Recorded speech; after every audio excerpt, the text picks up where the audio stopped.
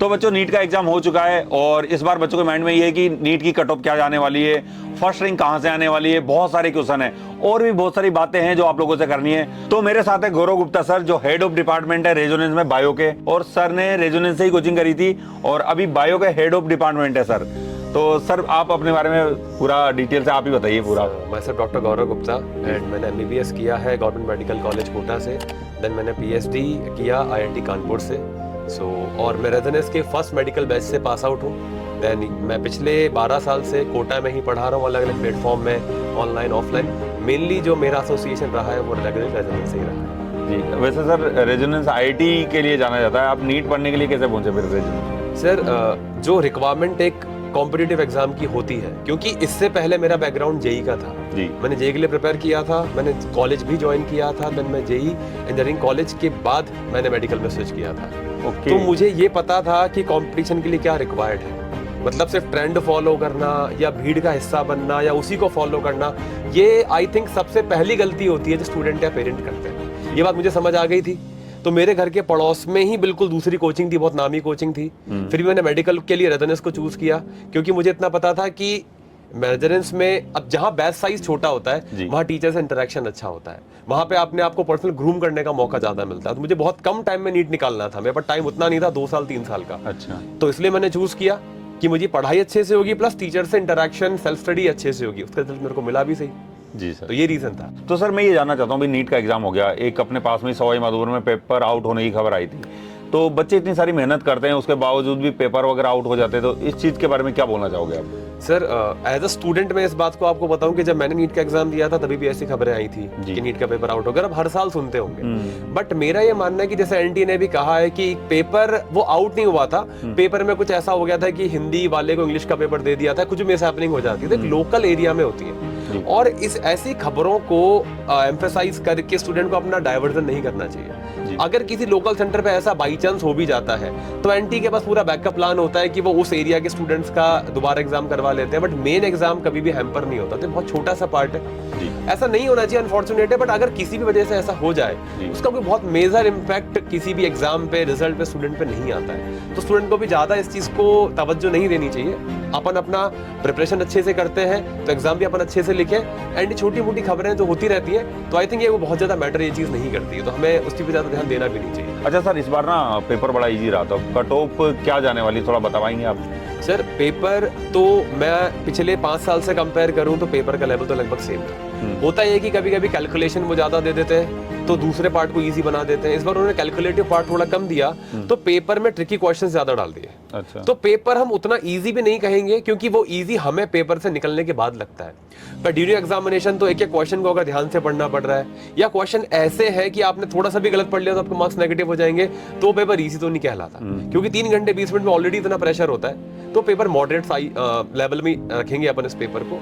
And cut off जितने बच्चे बड़े हैं, जैसे 26 लाख बच्चे हो गए लगभग एग्जाम देने वाले, 3-4 लाख बच्चे प्लस हो गए, तो मुझे लगता है कट ऑफ अभी भी 620 के आसपास ही जाएगी। मैं ऑल इंडिया कट ऑफ की बात कर रहा हूँ, स्टेट वाइज अलग अलग हो सकती है। तो कट ऑफ में +-5 का वेरिएशन आएगा कि हमें बोले कि 613 थी तो 620 चली जाएगी, इससे ज्यादा कट ऑफ नहीं जाएगी। तो आई थिंक कट ऑफ यही रहेगी। अच्छा गौरव सर, मेरा नेक्स्ट क्वेश्चन ये है कि इस बार जो ना क्लेम किया जा रहा है कि हमारे पास 1 से ज्यादा बच्चे हैं अलग अलग कोचिंग में कि जिनके 720 से ज्यादा स्कोर आ रहा है, तो इस बार क्या टॉपर बहुत ज्यादा आने वाला है क्या? क्योंकि सर नीट एग्जाम एक ऐसा एग्जाम है जिसमें कंपटीशन इतना क्लोज होता है कि 700 के ऊपर अगर किसी के नंबर है तो भी वो टॉप 100 में अपने आप को एक्सपेक्ट नहीं करता। लास्ट ईयर भी अपन देखें 710 के जिसके नंबर थे वो भी 100 के बाहर चला गया था, इतना भी स्कोर रहता है। तो 720 ऐसा एग्जाम है नीट के, 720 मल्टीपल स्टूडेंट्स के आ सकते हैं। और ऐसे स्टूडेंट को अब ठीक है अलग अलग जगह पढ़ते हैं, हमारे पास भी अच्छे स्टूडेंट्स हैं, सब जगह हर कोचिंग में होते हैं, तो वो कर सकते हैं कि क्लेम हमारे स्टूडेंट के 720 आ रहे हैं। वो अच्छी बात है, मेहनत है तो करनी भी चाहिए। बट मेरा ये मानना है कि जो भी स्टूडेंट 700 के ऊपर नंबर लेकर आ रहा है वो हर एक बराबर है, वो हर कोई टॉपर है। क्योंकि 1 या 2 क्वेश्चन का मार्जिन तो पेपर में किसी को भी मिल जाता है कि मान लीजिए कोई क्वेश्चन में कंफ्यूजन था, 2 ऑप्शन में कंफ्यूजन था, जैसे कई क्वेश्चन ऐसे आए थे बायो में भी, तो किसी ने वो लगा दिया जो सही था तो उसके नंबर पूरे आ गए। कोई अच्छा पढ़ के गया था फिर भी कंफ्यूजन में उसने कुछ ऑप्शन लगा दिया तो गलत हो गया। तो मेरे हिसाब से तो सर जो 700 के ऊपर जा रहा है, इनफैक्ट जो क्लोज जा रहा है, तो वो हर कोई टॉपर है। इनफैक्ट नीट एग्जाम में अगर कोई government seat all India quota से ले पा रहा है वो अपने आप में टॉपर है। 26 लाख में से 30-40 हजार को सिर्फ सीट मिलती है, गवर्नमेंट सीट। तो इतना बड़ा कंपटीशन है, तो सीट लेना ही अपने आप में टॉपर के बराबर है। बट हाँ, हम फॉर्मल टॉपर डिक्लेयर करते हैं। तो अगर मल्टीपल स्टूडेंट्स एक नंबर पे आते हैं तो एनटी के पास क्राइटेरिया होता है कि वो जिन्होंने, इनका एज ग्रुप कम है, जिनकी एज कम है, डेट ऑफ बर्थ जिसकी बाद में आती है, उसे वो प्रायोरिटी दे देते हैं, टॉपर बना देते हैं, रैंक 1 दे देते हैं। लास्ट ईयर उन्होंने ऐसा किया था कि सेम मार्क्स वालों को सेम रैंक दे दी थी। जैसे कि 3 बच्चों को 1-1 रैंक दे दी, then third rank, next rank जो आई थी वो नंबर 4 से आई थी। ऐसा भी होता है। तो ये रिवाइज क्राइटेरिया होते रहते हैं। बाकी कॉलेज अलॉटमेंट तो फिर मार्क्स के अकॉर्डिंग होता ही है काउंसलिंग के टाइम। अच्छा सर, बोला जा रहा है कि कोटा में भी 3 बच्चे हैं जिनके 720 स्कोर आ रहा है, तो क्या सर रैंक फर्स्ट कोटा से ही आएगी इस बार भी? सर, कोटा का तो इतिहास रहा है, लेगेसी रही है कि रैंक हमेशा देते ही है जी। कभी कभी ऐसा होता है कि जो स्टूडेंट है वो कोटा में पढ़ रहे हैं, कोटा से एसोसिएटेड है, बट वो रहते कहीं और है, एग्जाम उन्होंने अपने घर से दिया है। बट अगर आप कोटा की हिस्ट्री देखें तो हिंदुस्तान के किसी भी कोने में स्टूडेंट बैठ के पढ़े, उसका एसोसिएशन कोटा से रहता ही है, चाहे तो टेस्ट सीरीज के फॉर्म में, चाहे रेगुलर क्लासरूम के फॉर्म में, चाहे ऑनलाइन क्लास के फॉर्म में भी। अब तो कोटा का तो हमेशा रहा ही है। Kota is the like mother of competitive exam और रैंक्स, तो कोटा तो हमेशा रहेगा ही। बट हाँ, बिल्कुल अगर ऐसा है, सुनने में तो हमारे भी आ रहा है, और इनफैक्ट हम भी रिजल्ट बहुत अच्छा प्रोड्यूस करेंगे जी। अब मैं एग्जाम के पहले, रिजल्ट के पहले रिजल्ट रिवील करने में बिलीव नहीं करता हूँ। एक बार आ जाए फॉर्मल रिजल्ट, बट हाँ डेफिनेटली जी। अच्छा सर, कोटा में जैसे बहुत ज्यादा बच्चा होता है ड्रॉपर बेचारा, है ना, जो किसी के 1, 2, 3 ड्रॉप दे चुके थे, तो ड्रॉपर को ऐसी क्या नीड होती है जो फुलफिल नहीं होती है, वो बार बार ड्रॉप देता रहता है?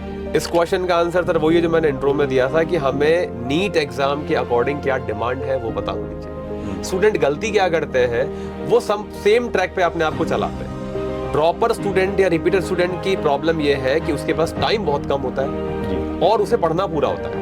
इनफैक्ट ज्यादा पढ़ना होता है क्योंकि प्रेशर ज्यादा होता है कि हमने ड्रॉप लिया है, हमने रिपीट किया है। जितना मल्टीपल अटेम्प्ट रिपीट करते हैं उतनी ज्यादा प्रेशर की भी दिक्कत आती है उनको। 11th-12th में क्या होता है कि 11th वाले 11th में 11th पढ़ते हैं, फिर वो रिवाइज करते हैं, 12th में पूरा 12th पढ़ते हैं, फिर वो दोबारा रिवाइज करते हैं। उनके पास रिवीजन का टाइम ज्यादा होता है जी। उन्हें जो काम 2 साल में करना है, इनफैक्ट आप देखेंगे अभी तो 10th से भी स्टूडेंट पढ़ते हैं, तो एक रेगुलर स्टूडेंट को जो काम 3 साल में करना होता है, ड्रॉपर या रिपीटर को वही काम 8 से 9 महीने के अंदर करना होता है। बिल्कुल सर। और एग्जाम की रिक्वायरमेंट ये है कि आप सिलेबस खत्म करें, उसके 2 या 3 फॉर्मल रिवीजन करें, कमियां ढूंढें, फिर प्रैक्टिस करें। और रिपीटर को चाहिए क्योंकि थ्योरी वो पढ़ चुके हैं, उनको बेसिक से थ्योरी सारी नहीं पढ़नी है। रिपीटर को होता है कि थ्योरी ओरिएंटेड प्रैक्टिस की रिक्वायरमेंट ज्यादा है। तो अगर वो स्टूडेंट प्रैक्टिस पे ज्यादा ध्यान देंगे पर थ्योरी को अवॉइड नहीं करें, अगेन एक गलती होती है, उनके दिमाग में आता है कि हमने पढ़ तो रखा है, ये पूरा सिलेबस हमने पढ़ ही लिया है, तो फिर हम अब थ्योरी पढ़ने की जरूरत है, सीधे प्रैक्टिस करते हैं। यहाँ पर भी हम गलती करते हैं। नीट का अभी का एग्जाम देंगे, थ्योरेटिकल एग्जाम बहुत ज्यादा है, थ्योरेटिकल पार्ट बहुत ज्यादा है। थ्योरी अगर किसी ने नहीं पढ़ी है तो वो सिलेक्शन ले ही नहीं सकता। तो थ्योरी भी पढ़नी है, प्रैक्टिस भी करनी है, तो उनको अपने पूरे कोर्स को फेजेस में डिवाइड करना पड़ेगा। हमने सिलेबस खत्म किया, देन हमने रिवाइज किया, हमने प्रैक्टिस करी, फिर दोबारा टेस्ट प्रैक्टिस करी। तो मल्टीपल राउंड रिवीजन के जब तक नहीं होंगे with a formal initial month learning के हमने पहले सिलेबस खत्म कर लिया, तब तक रिपीटर का सिलेक्शन होना बहुत मुश्किल है। अच्छा गौरव सर, रेजोनेंस क्या सपोर्ट कर रहा है ड्रॉपर के लिए? इस साल इसी प्रॉब्लम को हमने ध्यान में रखते हुए हम हमारे इनफ स्टूडेंट के तो प्रैक्टिस करवाते ही थे, हमने एक बहुत ही यूनिक प्रोग्राम डिजाइन किया है स्टूडेंट्स के लिए। इसमें मेरा पूरा एज अ स्टूडेंट एक्सपीरियंस है, फैकल्टी एक्सपीरियंस है, हमारे बाकी सारे फैकल्टीज का इनपुट है। हमने एक प्रोग्राम डिजाइन किया है आर सफल के नाम से। उसमें हम क्या करेंगे, सबसे पहले इनिशियल 6 महीने में स्टूडेंट की प्रॉपर नोट्स लर्निंग कराएंगे कि जो पूरा सिलेबस हमको क्लासरूम के तरीके से पढ़ाएं with a normal test frequency, जो 21 दिन में एक बार टेस्ट होता है। ये हो गया फेज 1। सेकेंड फेज में आके हम वीक टॉपिक का रिवीजन कराएंगे और वीकली टेस्ट कराएंगे। ये हो गया revision round 2। Then third phase में आके हम पढ़ चुके हैं, हम रिवीजन कर चुके हैं, गलतियां ढूंढ चुके हैं, अब हम करेंगे 2 महीने इंटेंसिव प्रैक्टिस, जिसमें हम मेनली एम्फसाइज करेंगे पूरे क्वेश्चन प्रैक्टिस पे, हर 2 दिन में टेस्ट और मल्टीपल क्वेश्चंस प्रैक्टिस। जितने पॉसिबल एस्पेक्ट हो सकते हैं क्वेश्चन के, एनसीईआरटी के, वो सारा हम क्लासरूम में कवर कराएंगे। तो बिल्कुल अलग प्रोग्राम है कि 11th-12th में जैसा पढ़ाया जाता है वर्सेस रिपीट की जो रिक्वायरमेंट है। तो हम 9 महीने में theory, multiple revision, lots of practice, जो कि एग्जाम को क्रैक करने के लिए जरूरी है।